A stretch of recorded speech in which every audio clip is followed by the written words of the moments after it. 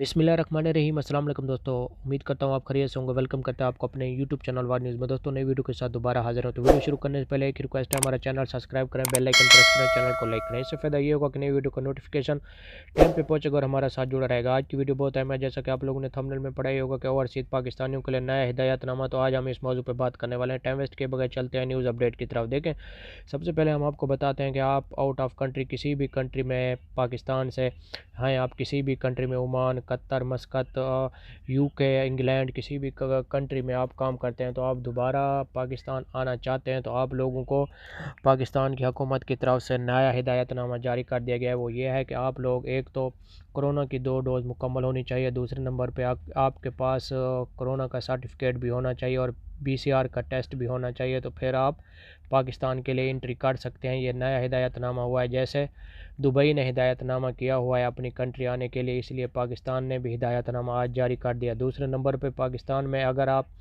पाकिस्तान से किसी भी कंट्री में जाना चाहते हैं, वो तो साफ ज़ाहिर है आपको कोरोना की 2 डोज मुकम्मल करवानी होगी, तो फिर आप जा सकते हैं। और PCR का टेस्ट भी आपके साथ होना चाहिए और रैपिड टेस्ट भी होना चाहिए। और दूसरी बात हम आपको बताएं, जो